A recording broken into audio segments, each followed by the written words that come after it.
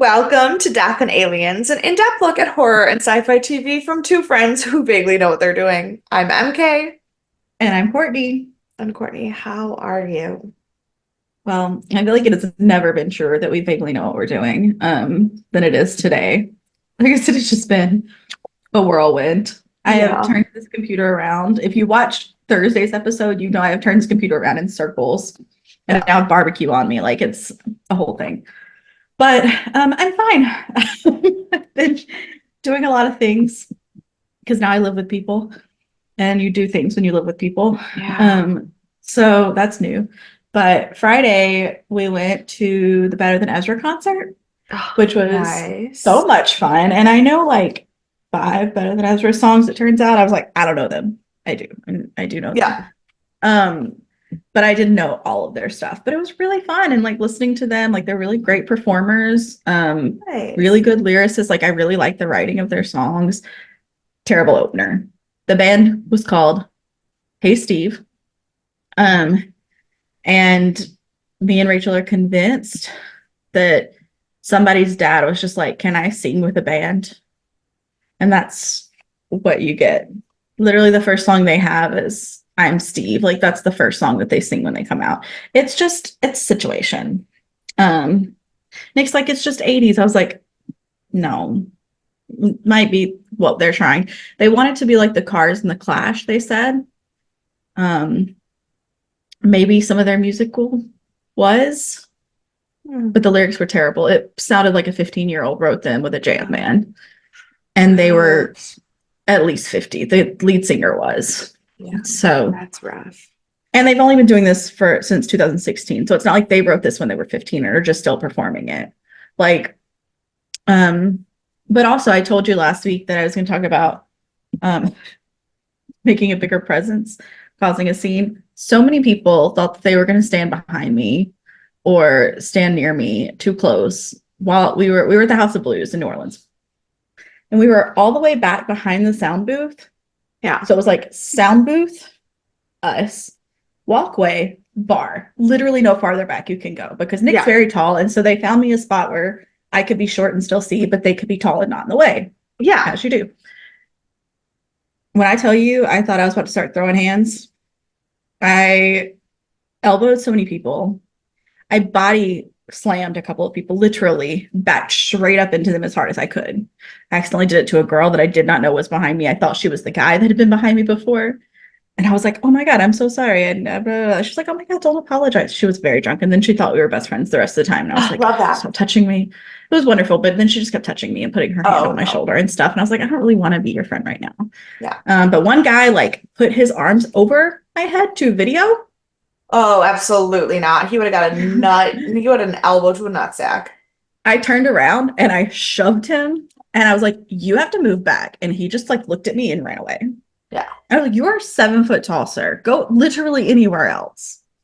These drunk guys came off the street and they were like, it's all like dads, you know, that Yeah. kind of age. And they're like, oh my God, was it a cool opener? Were you here for that? And I was like, you need to back up.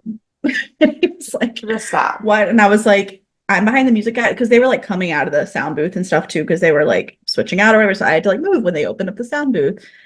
And I had to have room to do that. But also there was a walkway that people had to be out of the way of. And Rachel had gone to the bathroom. And so I was like, we have one more coming. And these guys are going to come in and out. So I need you to move back. You're going to have to make room. And I did that like 3 times.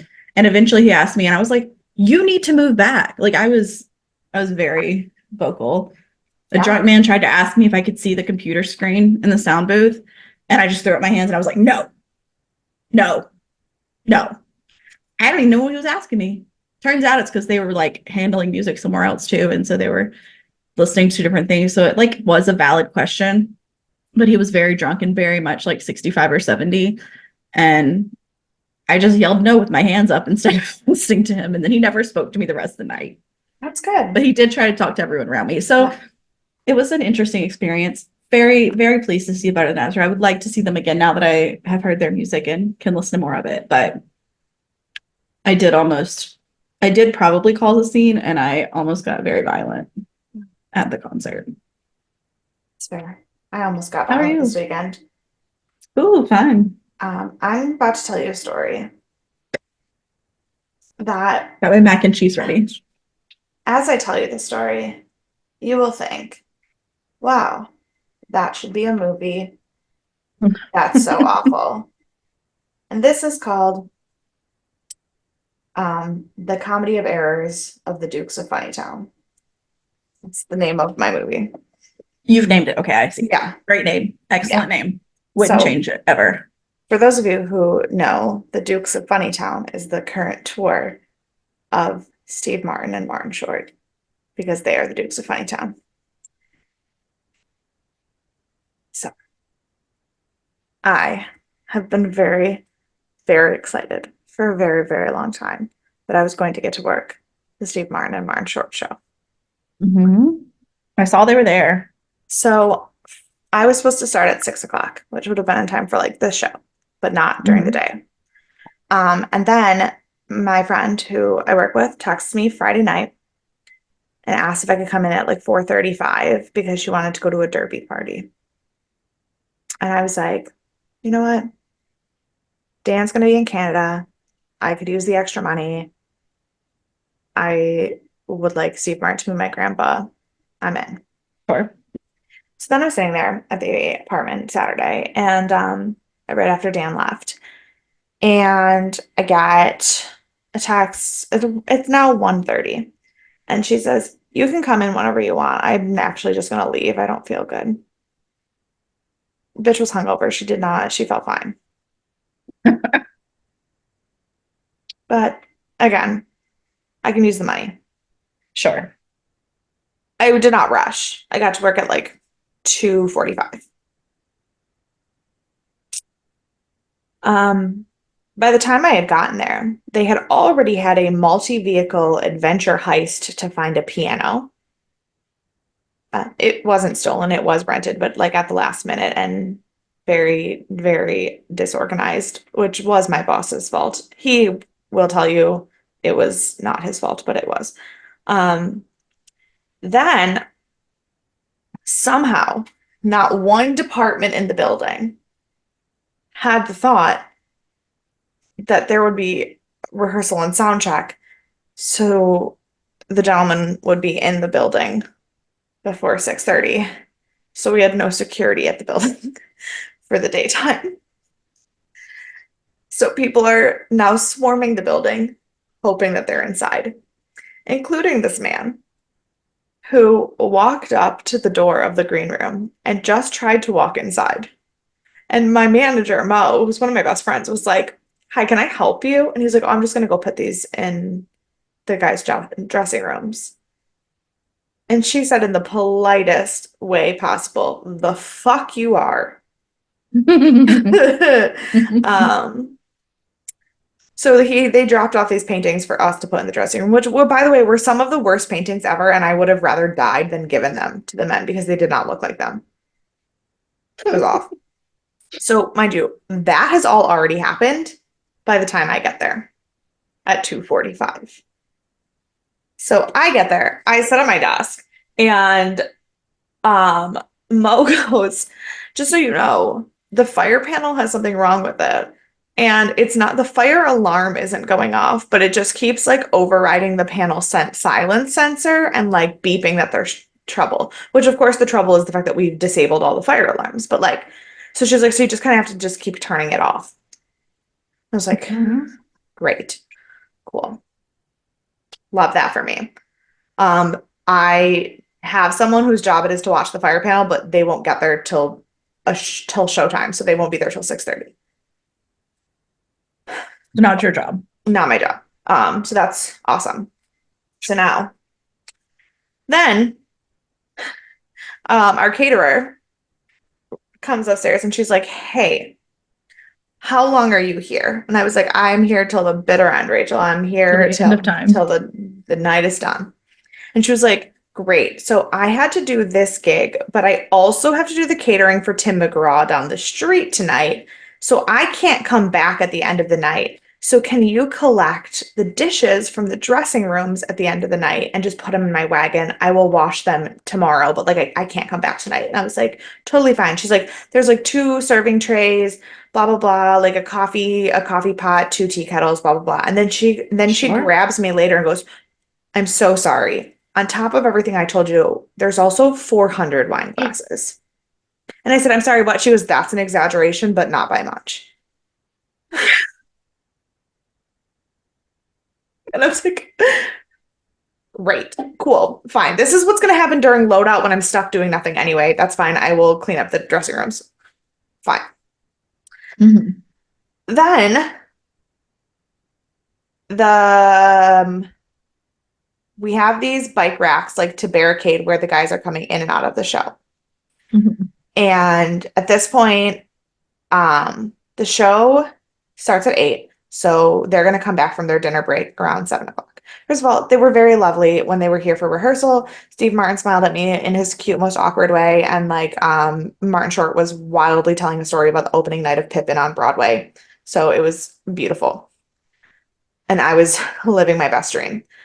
Then I'm so jealous. they get back from dinner break and they're going to get ready for the show. And I hear Marty Short just like wildly, because now I call him Marty because we're friends now. But so Sure, he's you're like besties. he's like wildly telling a story. So I hear him. So I come around the corner to see, and because Jenna, my girl who watches the fire panel, I was like, yes, that Mhm. was him. And I was like, yeah, but was Steve with him? And she was like, I don't know. I didn't see him. So I come around the corner and then almost trample Steve Martin.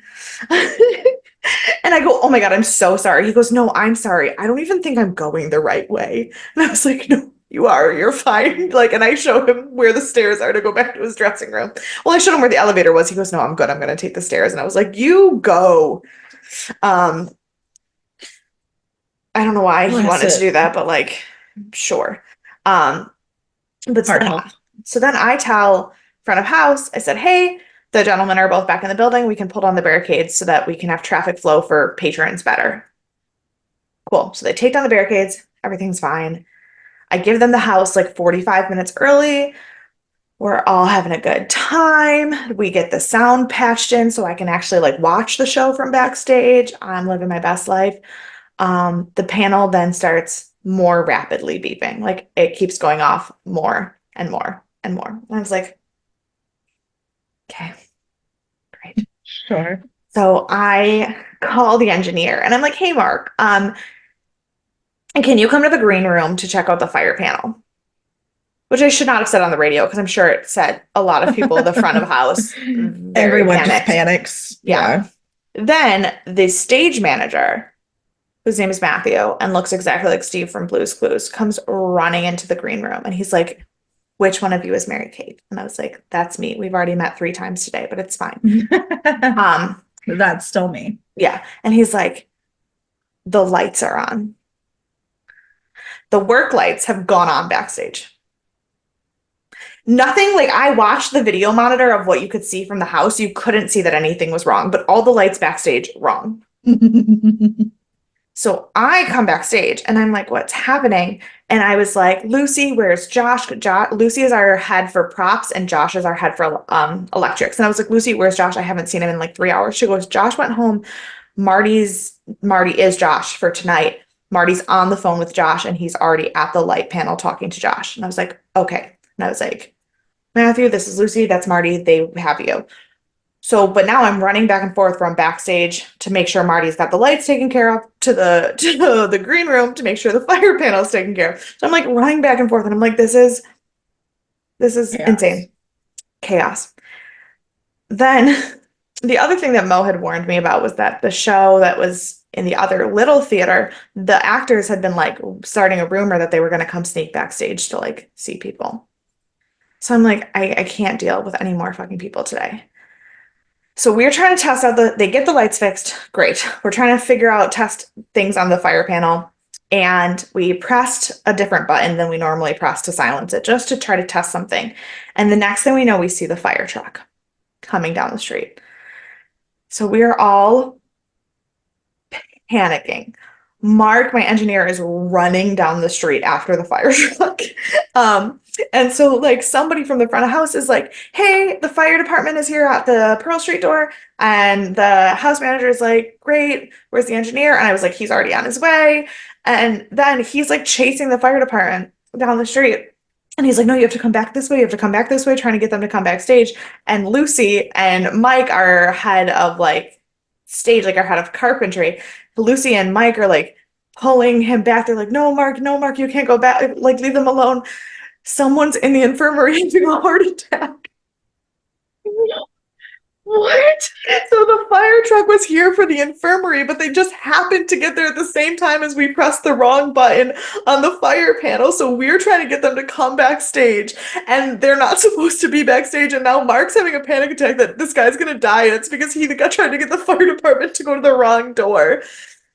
And all the while, all of this is happening, and the environmental team never puts the barricades back up. So now the show has ended. Barricades are not back up.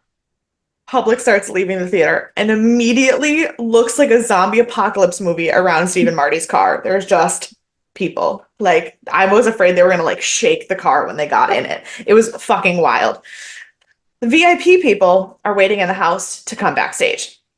One of the guy's security guards goes downstairs and tries to get them to come up the stage stairs, like that are put out for the show, during an active loadout.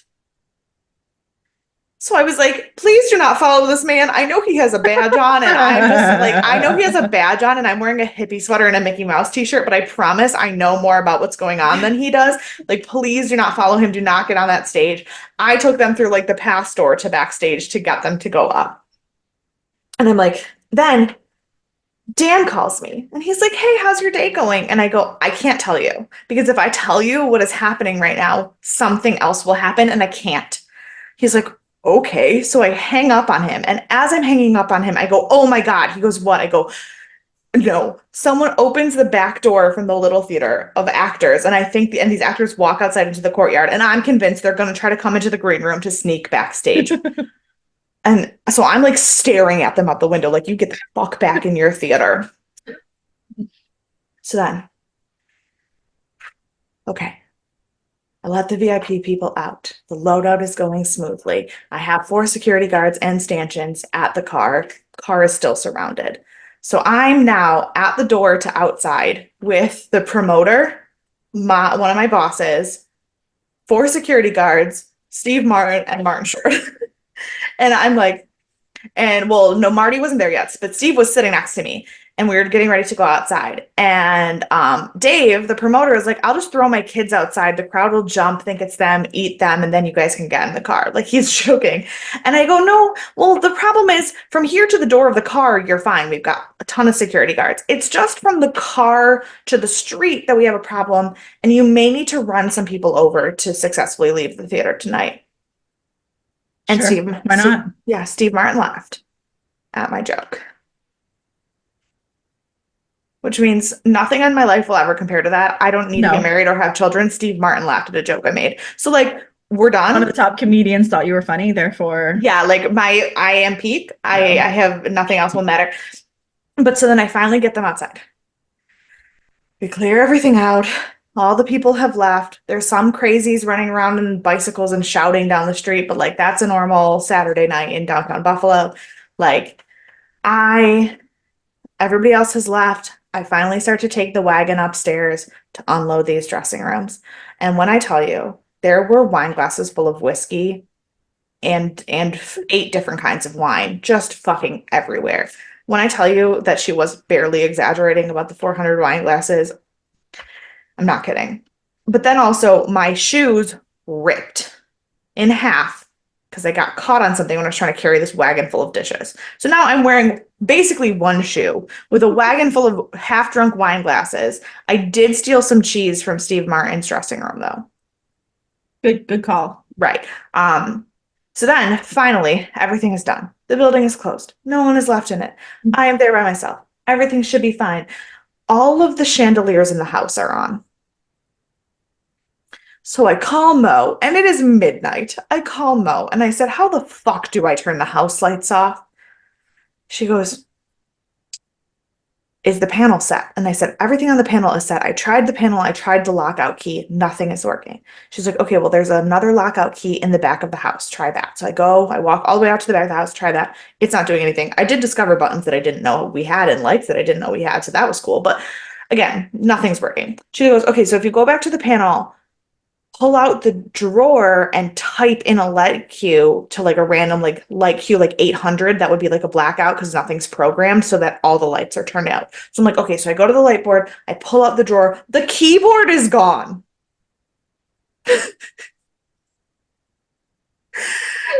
And I'm just sitting there on the phone and I go, Mo, I'm gonna go pull my car out of the garage. I'm gonna walk back in the building. I'm gonna shut the garage and I'm gonna turn the alarm on. And then I'm gonna leave. And I'm never going to look at this building again. And I swear to God, if when I am at the Little Theater tomorrow, a single thing goes wrong, I'm not doing it. And so 20 minutes later, that was all one shift.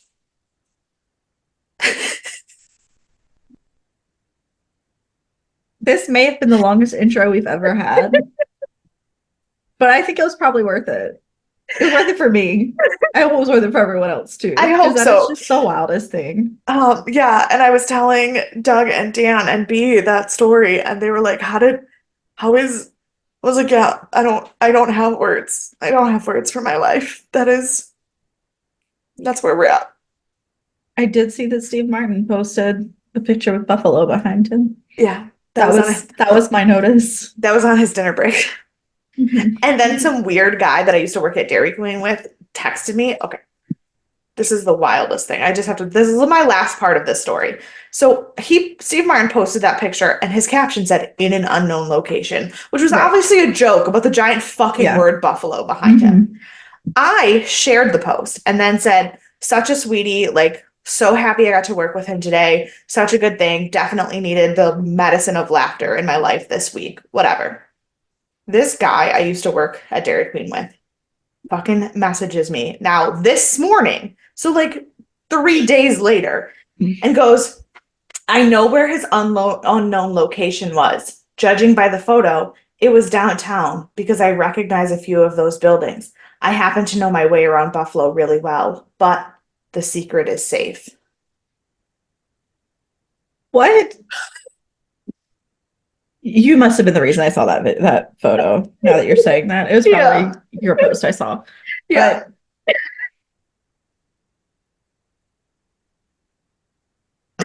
it's time to quit. Yeah. Just like all of life. Yeah. So if you could potentially drop a dose of spiritual enlightenment that will make any of that worth it, that would be killer. Okay. You're like, God, you're like gonna, going through your quotes and be like, which one could even fucking work right now? which one is okay today? We're gonna go with this one. It's sorry, it changes the demeanor, but it's not a bad way. It's the most positive one I have left. Great. Believe it or not, sometimes the only thing between you and a happy life is just believing that you deserve it. If that hits hard for you, trust me, you deserve it. Robert Wilkinson. Love that. Love that. Very lovely. Not at all the right vibe, sorry, but it is good. It's important. Well, I'm also gonna like totally change the vibe now too. So that's fine. Great. We're talking about on the same page. Yeah. We're talking about Stargate SG-1, season 5, episode 20 today. It is called The Sentinel. It was rated 7.2 stars. No. 6.3. Throw it away. Yeah, it was not my favorite. I only give it 7 stars because of who the guest star is. Great guest star. Yeah. Great guest star. It came out on May 3rd, 2002. We have the same #1 song by Shanti. The #1 book was Daddy's Little Girl by Mary Higgins Clark, which I have never read a Mary Higgins Clark book. but she has written 51 thriller novels, all of which were number ones. Yeah, she's on my list next week. Oh, She's my great. number one book next week. Spoiler alert. Yeah. No, she's I think written it's probably in the same series. probably, or well, no, most of her books are standalones. She only has like one series. It's called Daddy's Gone on Hunting. Oh, that's probably maybe the same series then. I didn't see that this one was in a series, but yeah, she's written 51 standalone thriller novels, all 51 of which have become bestsellers. I thought you were reading. Who were you reading? Nora Roberts. Nora Roberts, yeah. Yes. I would like to read Mary Higgins Clark. I think I might have some of her books downstairs, like on my mom's bookshelf, but I I think I just, have some. yeah, and because they're suspense novels, which seems great. Hmm. Um, Yeah. the number one film was also a film that was released on this day because you know how we do with Fridays, but it will probably stick around for quite some time. Because the number one film was Spider-Man. Original The Tobey original Tobey Maguire. Maguire Spider-Man, which Yes, we're in the right time for that. chef's kiss. What I didn't realize is the bully that he accidentally throws the tray at in that movie was Joe Manganiello. Yeah. That's what I I just said. recently watched that one last year. I just because I haven't watched it in like probably Hmm. 10, 15 years. And so when I was on Google looking those facts up, the one that I was like, oh, I didn't know that. It was Joe Manganiello sharing a post about it. And I was like, Yep. the other thing that I have for this day, which is why I said that I'm going to wildly change the mood of the podcast for a second, is that on this day, May 3rd, 2002, Alexis Patterson, a 7-year-old girl in Milwaukee, went missing while her stepdad walked her to school. They still to this day have never solved what happened or found any part of her body or remains anywhere. And Who if did you it? Sure. If you want to know more about it, which I don't know, I just subscribed to this podcast just because I need more information now. Unsolved, which is a podcast that's Mm-hmm. run by USA Today and the Milwaukee Sentinel Journal that talks about unsolved mysteries. Their season 4, which was in 2023, is about Alexis Patterson. I think I followed them because I think their So first season was a single story. yeah, so they have 4 seasons that are Hmm. all single stories. Um, Okay. Yeah. So not Unsolved Mysteries, which is another one that I follow, but it's Right. just Unsolved. And their season 4 Oh, is I I was thinking Unsolved Murders. oh, That's Unsolved also Murders. a Yeah. different one. Yes. No, I think Unsolved Murders is the other one that yeah, Unsolved Murders I follow, but I just add this one. This is just called Unsolved. It's by the I Milwaukee see it. Journal Sentinel. Yeah. Their 4th season is all about this little girl. Mm. She was walking home from school and they have like no clues about what happened. Like it's wild how little information they have about Let what me give happened you a to her. clue. He did it. It No. was the stepdad. Yeah. I mean that's everything that I have told you right now is all of the information I have about this and Hmm. I also think that it was the stepdad. Um but when I ever in my life catch up to my podcasts, maybe I will let you know what I find out. But the likelihood of you catching up to that on the podcast front before I do is pretty high. So I don't think I've heard of any of the stories they cover. no, I think they're all very Milwaukee Low key, centered. like low covered. Like, yeah, I think they're all like very Hmm. like Midwest, like centric, not national news ones, but that's fascinating to me. Very So, cool. Very cool. yeah, so um for Alexis Patterson, I hope someday we get answers on what happened to you, you sweet little girl. You never even got to see Spider-Man, which is a fucking shame, That's so. That's that's so sad. right? I What a had a lot horrible of way. really dark thoughts at one time, and I was What like, I'm not gonna a say anything out what a loud. horrible way to think about it. Like if someone disappears on the same day a movie came out and you're like, well, they'll never get to see that movie. Yeah, Yeah. makes it so bad.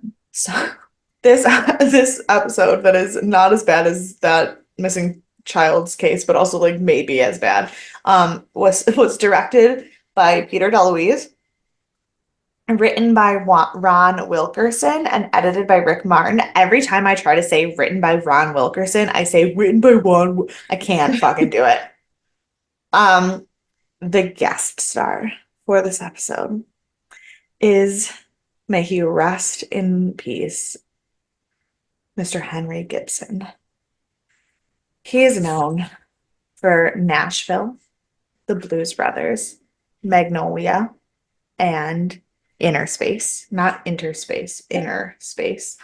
But obviously, his most important role, that I don't know why it's not the number one thing on his IMDb, is the role of Riley O'Reilly, the Leprechaun King in Disney Channel's original movie, The Luck of the Irish. I Uh, forgot that was.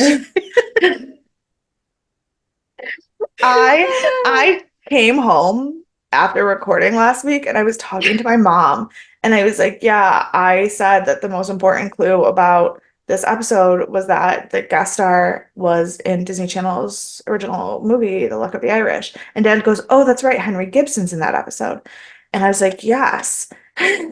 And my mom, and I go, and Doug seemed to think that that was weird. I mean, he's seen the movie, and my mom goes, yes, I'm sure a lot of people your age have seen the movie. But unfortunately, my children quote the movie as much as often as all of their cousins quote every Adam Sandler movie. It's a problem. I don't think you know how weird it is, how many lines from that movie you'd use in your everyday language. It is weird, but it's why we love you. I'm trying to see if there's anything else that like he stuck out in that. He was in an Amy Mann video. Yeah, he does. He's one of those like guys who just like plays a grandpa in like one or two episodes of like everything. And he's like, but like, um, his most well-known gig was Rowan and Martin's sketch comedy, which was a show that he did that he was nominated for Emmys for, which interestingly actually spun, he created that show as well, and it spun out of a stand-up duo that he had in college, which is not the person who he did it in college with, is not the person that he did it on the TV show with, because the person that he did it in college with was John Voight, who no one has I ever don't know connected to about that. comedy. Yeah. Right. Apparently in college, Don Voight was not really sure what avenue of acting he wanted to do, and he was doing some stand-up comedy Clearly. with Henry Gibson, and then he was like, let me be a serious actor now. Although if anyone has seen National Treasure, I don't know that you could call him a serious actor. But um, he did unfortunately pass away in 2009. He had cancer, but he lived a very long life and he did a lot of great work. And my favorite fun fact about him is that Henry Gibson is not his name. It is a stage name. His real name is James Bateman. And the reason he chose Henry Gibson is one of my favorite facts ever, because a lot of people have a lot of really weird ways of choosing uh, their stage names. And Mhm. his is because the first time when he was in college and he was in drama school, the first time he heard someone with a Southern accent say Henrik Ibsen, he thought it was the funniest thing he's ever heard in his life and made it his stage name.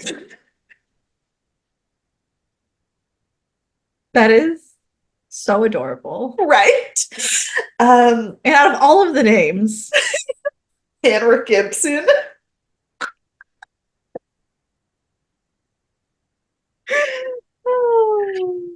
that's amazing. Yeah. I love it. Yeah. So we start this episode with a He previously. also Uh, he also was the witch judge on Sabrina. yes, he was the witch judge in That was Sabrina. also a big role. He was the witch judge in Sabrina. He was in Charmed. He was in Mhm. Bewitched. And there's one other thing. He was in four witch shows. He's in Charmed, Bewitched. It was on his IMDb and the He was trivia. on Fantasy Island. That has some witchy elements. Not Yeah, necessarily a but witch show though. it's not exactly the same as a witch show. What is the fourth one that he did? What are other shows about witches? Good witch. Genie in a bottle. I dream of Genie. That's about a genie, not a witch. Yeah, well. Magic. I'm thinking magic. Here, it was in the trivia on his thing, on his IMDb. Oh, Boston Legal is what they That's not a also. witch show. No, it's not. Has appeared in episodes of four different series which featured witches. Apparently, the episode he was in of Boston Legal was about witches. I don't understand. Interesting. Um, yeah. But he was in four films that were selected by the National Film Registry for the li and of the Library of Congress as being culturally or historically or aesthetically significant.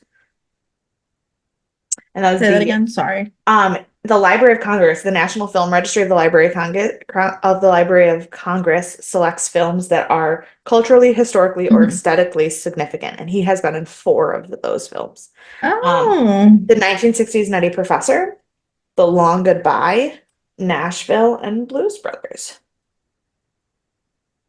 So, you know. nice. Mm. But now we can continue to talk about old men whose comedy we love for the rest of this episode. But unfortunately, we do have to talk about Stargate. So, the Yeah, we've made it. the previously on features entirely clips from the episode Touchstone, which was season 2, episode 10, I think. Yeah, that's my first complaint. Again, that I've complained about before. That I'm so sick of them being like, here's 17,000 episodes later. Do you remember when this other thing happened? Because we're going to talk about it now. Yeah. Right Um, now. so SG-9 is 11 hours overdue, and so Walter and Hammond are calling them to see what's going on. Their mission was one to try and reestablish relations with a planet that had been raided by the NID team. Um, and when they do get a hold of them, the message is broken up and like hard to read, and Major Benton seems to be like AWOL, and they also seem to be under attack by the Jaffa, which is all not great. And Mhm. then we get their credits. Yeah.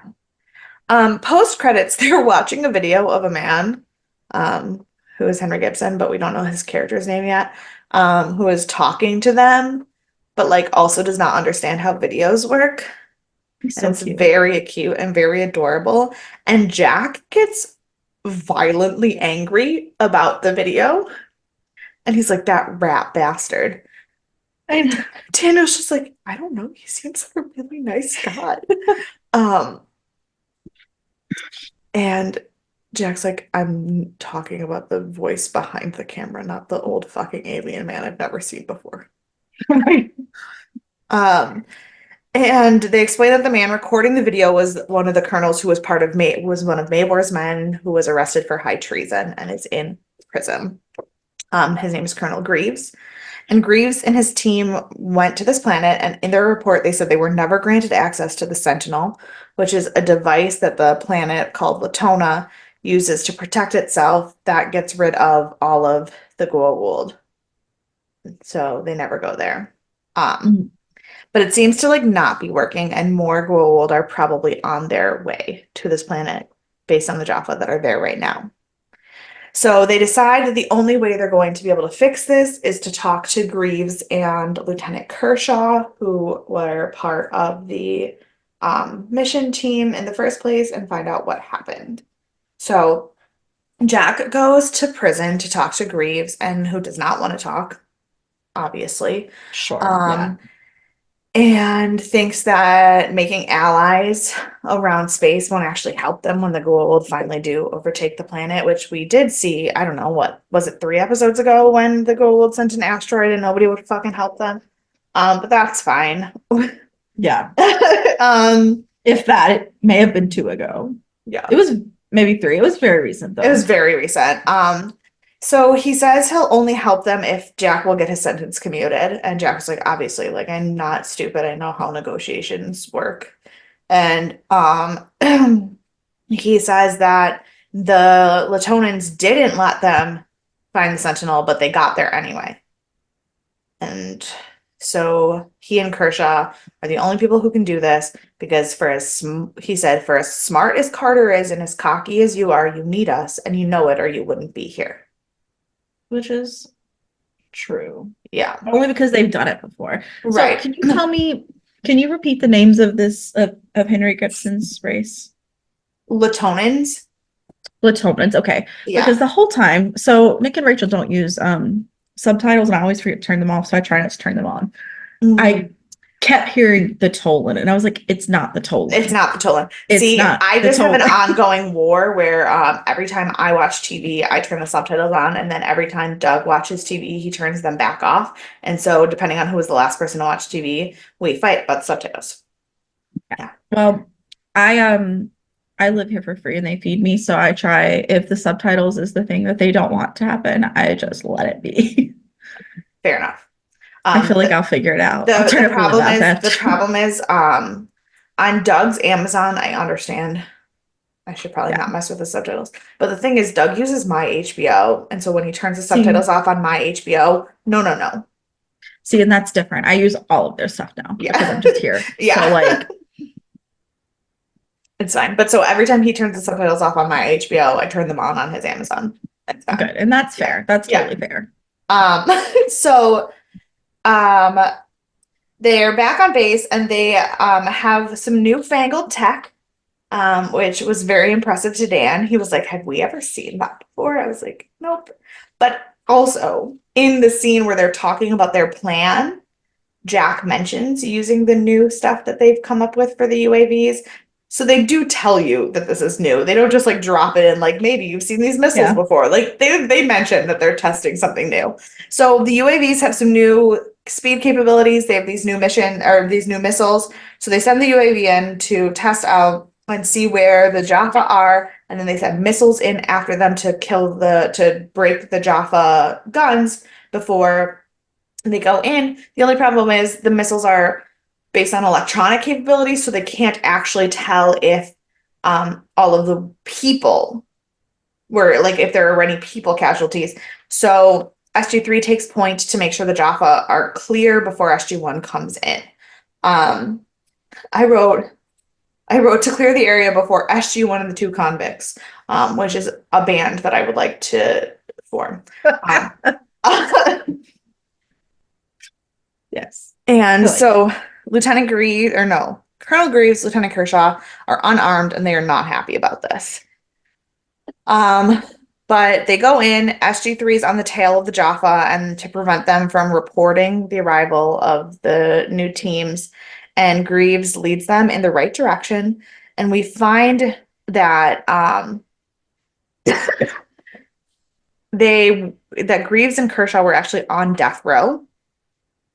And so Which feels like I get it, treason, maybe putting the whole world at risk, sure, whatever. But right. like that just feels really extreme. It does feel really extreme, but then you have to remember that it's literally govern or military, military, like leadership committing treason against the U.S. It That's is. like that's crazy, But but also like now you think about all the knowledge they have, like you probably want to put them like in a maybe like don't ever let them out, but like put them in like a metal boxed room, like in case you need them for anything. Like they probably have knowledge that other people don't have. And like, right. But again, what if high treason I against the United know. States government from a military official. Yeah, Yeah, yeah. It's like they're gonna get out. Like right. maybe, oh, here's the new thing. Start a prison on like Chulak, I don't know, somewhere else. And then we leave them there, and then they can't do anything about it. We have to figure out how to lock the Stargate so that like if they were to get free from their cell block, Just um, destroy the DHD because then they have no oh right, and they then have we can go no back and forth, but they can't. yeah. Mm-hmm. I like it. So that's my new plan. And then Although, no one has no, to actually, die, destroying the but DHD doesn't work unless you have a portable DHD because you can't, the wormholes are one way. mm, mm-hmm. I just feel like there's a better way. Yeah. So that's my current plan. But the Okay. whites, that's what the white snowman men are for. They're going Mm, to be prison guards. All right, great. Well, either way, this particular mission is going to get them taken off of death row and put to moved down to life in prison. Um, turns out Greaves and Kershaw bribed some locals to find the Sentinel in the first place, which doesn't really make sense since no one on this planet uses currency, so they don't really know how that works. But while they're off on their way to the Sentinel, they find Grogan, who's a lieutenant from SG-9, and he is the only member of SG-9 left alive. Yeah, I for sure thought they all died. But I mean, I know he was on the like call at the Radio, yeah, beginning, but whenever he went off, I was like, oh, he's dead. They've just yeah, all died now. But yeah, I guess he did make it at least, which is yeah. good. So they split up, and Grogan takes Jack to meet Marul, who we find out is Henry Gibson's character, who is like the leader of this society, while the others go to work on the device to free things out. So the team finds the location of the device, and they're hoping to like cut down on the time it took them to do this last time because when Kershaw and Greaves were alone, it took them 48 hours. Mm. So Sam and Teal'c stand guard. Daniel goes in with them to check everything out. Back in the city, a Jaffa commander is telling Marul that his people need to like do a better job at following the rules, or Svarog will not be pleased. Um, Svarog, I had to look it up because I was like, what the fuck culture's god is that? I know nothing. He is a Slavic god Okay. who is interestingly only ever mentioned once in any historical text. Um, so That one time and then here this one time and yeah, that's it. That's all we exactly. get of him. He is a fire god. He's listed as the god of blacksmithing. He's like a fire god. He is the Slavic equivalent of Hephaestus, um, which is a Greek god, who's a lesser god. Um, I was thinking of someone else. I think their name starts with a D. I don't, I It mean, may not be Greek though. It may have been one of the Roman gods oh, I don't know. equivalent. I feel like I've heard of a Yeah, god that is a blacksmithing god. yeah. Also though, according to the Encyclopedia Britannica, he is also the inventor of monogamous relationships. Definitely have heard of this guy. Yeah, I don't know why and I don't know when, but this I've wild, heard of this guy. wild. I'm gonna look up his But iterations. the character of Svarog has actually appeared in Stargate before. We just didn't know his name. He was uh the system lord with the weird blue paint across his face in the summit. Like, remember the one white guy who had the blue paint all the way across his face of the six system lords who were at the meeting with Ball? Mhm. Yes, They that was just didn't mention him while we were there. He just was Yes, there. yes, Got it. that was Farog. Um, Mhm. so, um, He's also portrayed as a sleeping god who created the world in a dream. That's kind of interesting. lovely. Interesting. He was apparently like misremembered as the god of the sky at some point because people couldn't Hmm. like translate the words. Um, which is interesting. Um, but yeah, so there's that. Hmm. Um, I just love that he is the divine smith and instigator of monogamous marriage. That is just like the best way to describe an instigator of monogamous marriage, not an inventor, an Yeah. instigator. Like what? He's the father of Dazbog. Yes. So, oh, the Roman equivalent is Vulcan. Maybe that's why I've heard of it. Yeah. Um, so Oh, because he was either in Greek mythology, he was either the son of Zeus and Hera, or he was Hera's Parthenogynous child. And I yeah. listened to a lot about Zeus and Hera on the Mythology. Let's talk about Yes. Myth Babies podcast. That makes sense why I've heard of it. Yes. Okay. Yeah. Okay. I was about to go crazy, but everything tracks. Yes, but I knew that if I didn't pause to talk about who he was, you would want to know because you like I myths would have so many questions. and we just keep adding more cultures to the pantheon of Too many. gods. But to be fair, we talked about in the summit that we had a lot of them, and he was in the summit. It was just one of the cultures that we couldn't identify because we weren't given Right. his name yet. So we're not. I just expect that Stargate is never allowed to end, so they need to come back because they have started something and now they have to finish it. I Yeah. can't help it if it takes 300 years because they decided to go into all of the different worlds Fair. of gods. That's their On own the fault. There's No Place Like Terra, the other Stargate podcast, they have a section called History According to Stargate where they talk about this random shit and like and the historical lessons that you apparently need to know to understand this show. Um I love it. I should go listen to that. yeah, it's good. I'm halfway through season one because I don't have tons of time, but it's good And no and it's funny. spoilers. No, no spoilers because Oh, right, right, right, because right. they're the same deal as us where Mhm, Nyx knows what's going on and Grace doesn't, or vice versa. I mhm, can't remember which one is the newbie. Um, mhm. no, Nyx is definitely the one who knows everything. And so but um basically this Jaffa is telling them all the reasons why Svarog is gonna destroy them and Marul is like, yes, but the Sentinel will stop you. It's fine. He's good. We're good. Don't worry about us. So the Jaffa all leave and then Jack sneaks in and is like, hey, we gotta talk. Back at the cave thingy, Greaves and Kershaw are trying to like work on the machine and like um open up the force field, but they're saying that the patterns randomly change and the key to shutting it off is like based on the patterns and it's both like color and sound and it's very odd.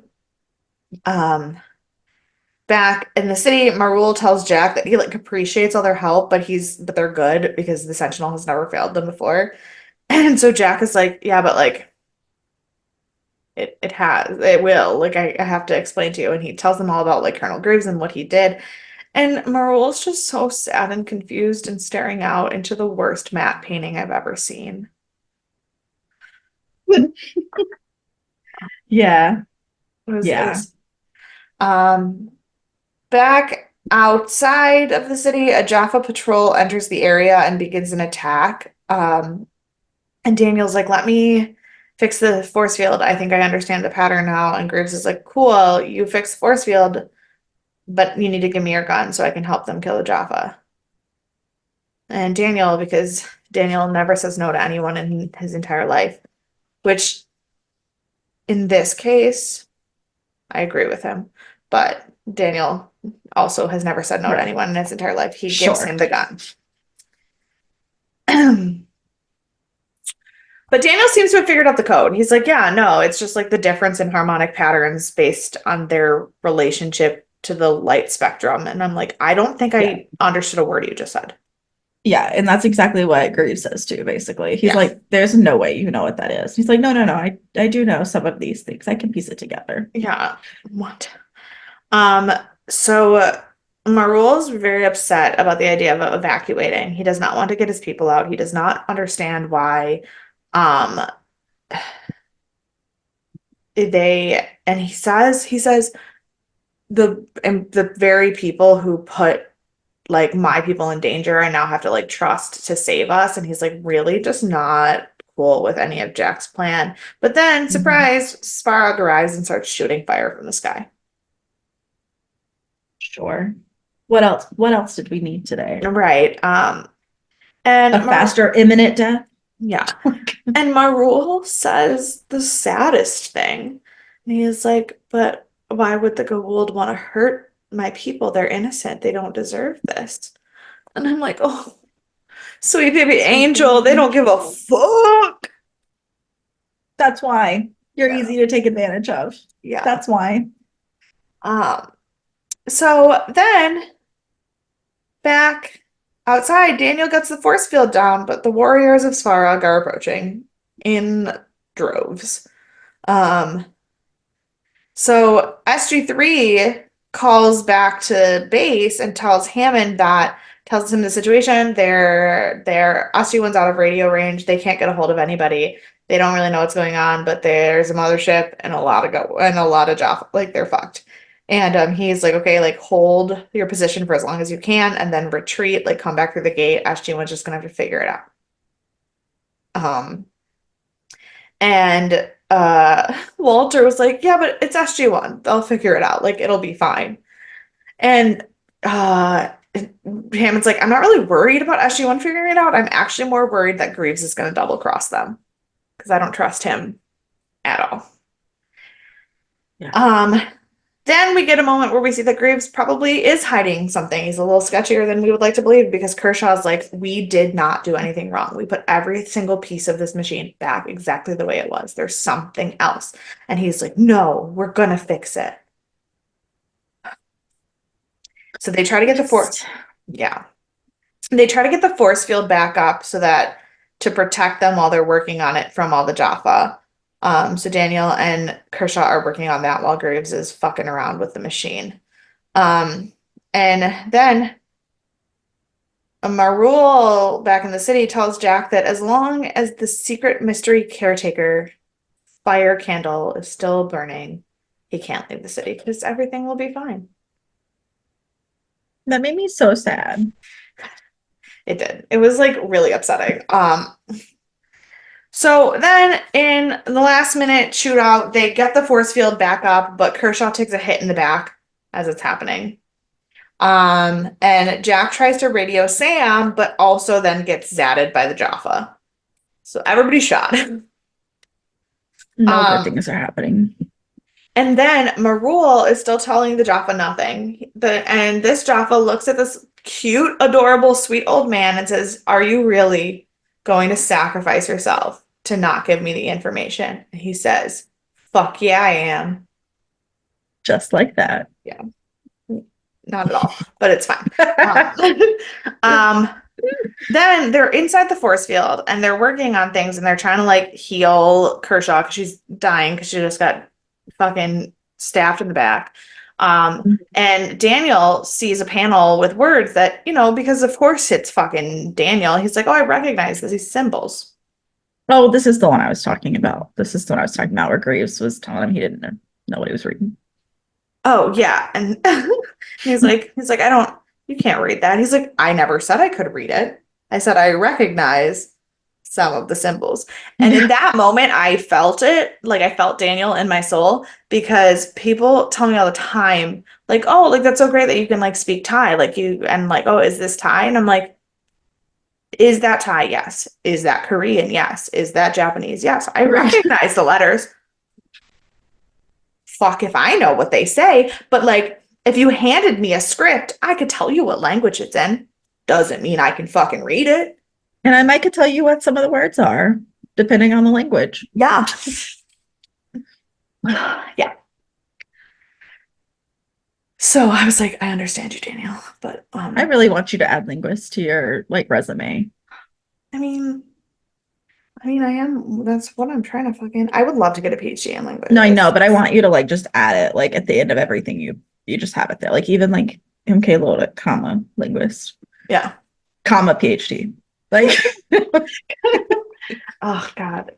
I do think actually, like now, the more that I think about it, as much as I've always wanted to do like a PhD in literature, if I was really going to get a PhD, I would do it in linguistics or languages. Like that's oh, for sure you would. I could have told you that 10 years ago. it's wild. I I'm didn't know you 10 obsessed. years ago, but I could have told you 7 years ago. I didn't know you did. Um, but he recognizes a symbol and he's like, I don't know what it says, but like I know some of these symbols because they're very similar to this other planet. And like on that planet, what they're used for, like I know. So like I know what this phrase means and I know what this phrase means.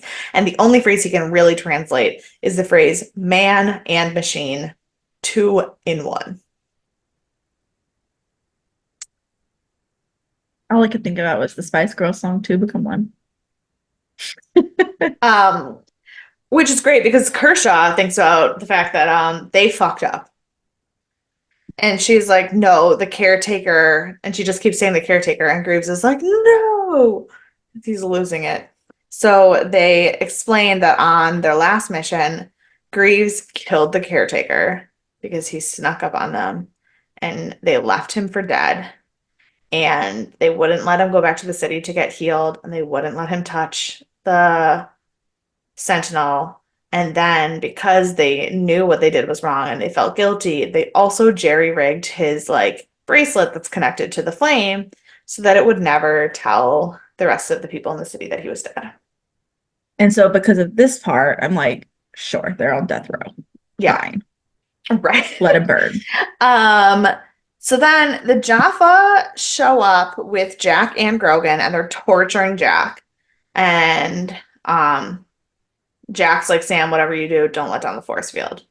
And then she's like, okay, we're gonna let down the force field. And Jack's like, and she just looks at him with the like, I'm telling you things that I can't tell you, but this is the right thing to do.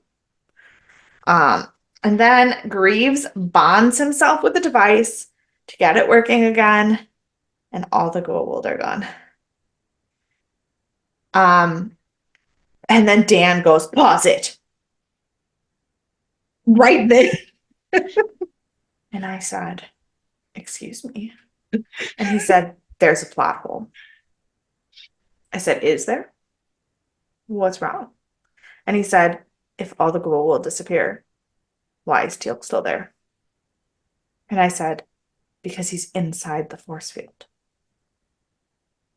And he goes, okay, easy right off. I go, no, that's exactly what it is. I go, Greaves didn't disappear because he was an enemy. He disappeared because he is now the caretaker. He is a part of the machine. No one inside the force field is affected. And he goes, I go, want to look up at IMDb right now where it says incorrectly regarded as goof and says exactly what you just tried to tell me. Isn't, and he was like, so in case Poor you Dan. also thought Teal'c being there was a plot hole, it's not. I didn't think Is that it, serious about it, yeah. but Is other it, people might have. yeah, is it a very convenient workaround? Sure. But not a plot hole. But it does make sense. Yes. Um, and then it just ends with one moment where, oh, and then we see Kershaw's dead, so that's a little bit sad. But then it ends with one moment where Teal'c's like, that is a really cool machine. We should probably study it. And Jack's like, good luck talking to Marul. And that is the end of the episode. You did not enjoy this episode. And Part of it, I think, was my I think I'm having overactive ADHD today. And so I think I wasn't able to watch it all in one setting. I had to keep rewinding it to watch it. Which never helps, but it also just was like a little slow, and like one, it was 17 years after the first episode that seems to be related to it. yeah. And then I felt like they didn't go in hard enough. Like Well, with like Svarak and stuff, like we needed. Why didn't we have a little more? Why didn't we like really lean into the like they were really heavy. What was it? A few episodes ago, that everything was heavy, everything was imminent, everything was a big deal. And this just didn't feel like the stakes were as high, even though they were. yeah. Well, I will tell you, you're not alone and you're not feeling great about this episode. Joseph Malosi in his blog said that this episode was once again a misfire. He did not care for this episode. He never was on board with the script from the day one, which is really interesting because the last episode he said that about, if you remember, was Proving Ground, which we didn't feel as strongly anti as he did, but we also didn't like it. But also, Proving Ground was also written by Ron Wilkerson. So Joseph Ronnie. Malosi is just clearly not a fan of Ron Wilkerson's work, which is maybe a rough thing, as if you're the executive producer, just is openly like, I hated every episode that you did, just so you know. I hate everything you do. But why are you here? The other thing that makes this episode particularly fucky is that you don't remember the last time we talked about these Anything, characters. for sure. Um, to be fair, that's because one of them has never been on the show before. Is it Greaves? No, Greaves really was the commander who was coming home to Okay. work with Colonel O'Neill. Kershaw, on the other hand, brand new, That was the name I including recognized. including the fact that the scene of her reacting to the arrest never happened. The scene in the previously on with her face in it was fabricated for this episode to make people think that they just forgot her, even though she had never been on the show before. Wow, Stargate's gaslighting us? Yes. How dare they? The And then previous this episode? the previously on Mhm. was a fabrication. It gaslit you into remembering a character that you didn't remember because she didn't exist. Mm-mm. Um Mm-mm. so, Me and Joey are gonna call up Ronnie okay. and have some words. Yeah. And he's fired. Okay. That's my Um new plan. I went to just double check and see how fired he was, but unfortunately, no, he will be around Mm. more. This is not the end. This is not the Mhm. end of our friend Ronnie. Well, I'm sure I'll have words for him next time too. Probably. I will say,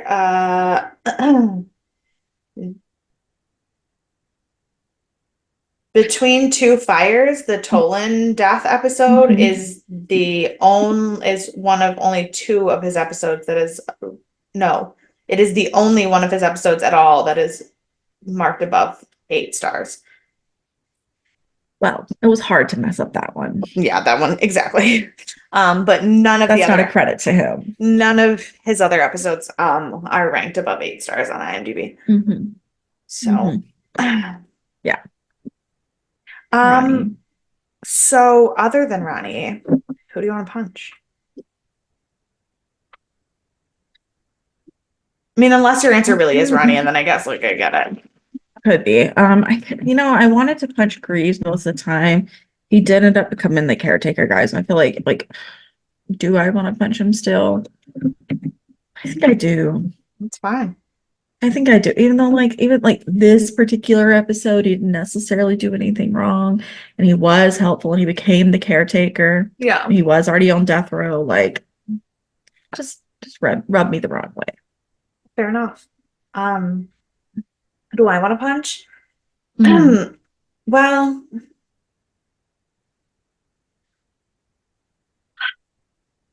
it's gonna have to be the Jaffa who attacked my cute old man. Oh, good one. Good Yeah, one. yeah. Because also the way he said Svarog will not be pleased with you just like gave me the it. Mm. Yeah, he's no good. Yeah. Who is your MVP? Henry Gibson slash Maru. Beautiful. Just the cutest. I am going to give it to weirdly because I very rarely give this character any credit. I'm gonna give it to Daniel because he really was the only one who like did anything. Yeah, and he was kind of funny in the very beginning when they're like, "Why are you giving him a weapon or whatever?" And he was like, "I don't know how to put this together." Oh yes, when he was like, which way he was holding his knife and he said, which way do the bullets go in? Yeah. Um, or when he, oh my God, in the opening scene, Daniel or Jack said something and he goes, wow, I can't, it doesn't make any sense that an NID agent would ever lie. Why would they do that? And Teal'c just goes, I believe they would, Daniel Jackson. That is true. Yeah, That so is true. Daniel was particularly funny this episode, and he did actually solve all the problems. Did So, all the work. Yeah. yeah. So this episode will be Daniel. As we head toward the season 5 finale, um, there's some big changes that will be happening at the end of season 5. Um, the show moves to a different network. It got canceled, but then it got Oh, picked right. up. So that's it's a big change. But what are your thoughts, theories, predictions, questions? Well, in season 32, when we come back to revisit the NID, I guess. I don't know. I'm just this show, my God. I enjoy it, but then I get really angry when this happens, when we Mhm. revisit a 3 season past Yeah. plot. No, I know that it's not really going to be related the next two episodes to this one, but to each other, and that's good. That that brings me joy. Um, I Um, think we're gonna have to talk about the Asgards not being in contact. yeah. Um, feels Yeah. important. Hmm. I don't think Yu's gonna come back before the end of the season, but I wouldn't hate it if he did. I just don't think it's gonna happen. Okay.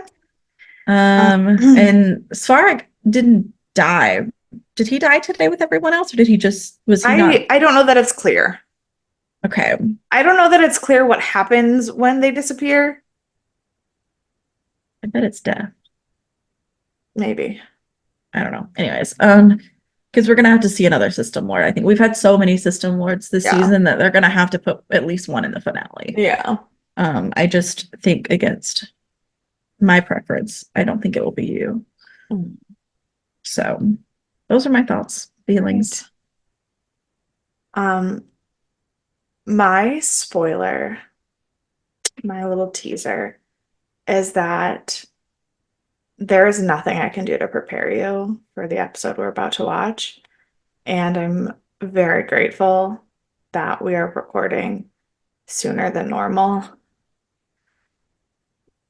because you may never speak to me again. So,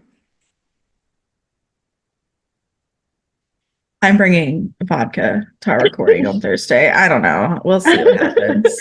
um, yeah. So, for those of you who have seen Stargate and know what is about to happen, buckle up for the wild I ride. am distraught already.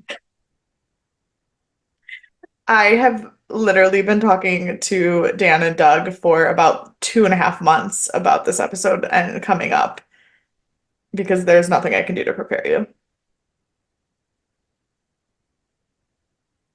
I don't know. Um, Okay. I'll when I watch it in the morning time, because that's when I watch it now, I'll have my Bloody Mary or something reasonable to have with vodka in the morning. um, so if you would like to comment or send Courtney some supportive messages as she embarks on the rest of this journey, you can email us at deafenaliens@gmail.com. Your eyes just get getting bigger every time I talk. I'm Um, so concerned. I'm so um, stressed. you can follow us on all of the TikTok or all of the, I was gonna say all All of of the the social TikToks. media, including TikTok, at Death and Aliens. You can follow me everywhere at EMKAY_superstar. And you can follow me at CE Cloud 13. And we will see you for a wild episode of Thriller Thursday coming up. Bye.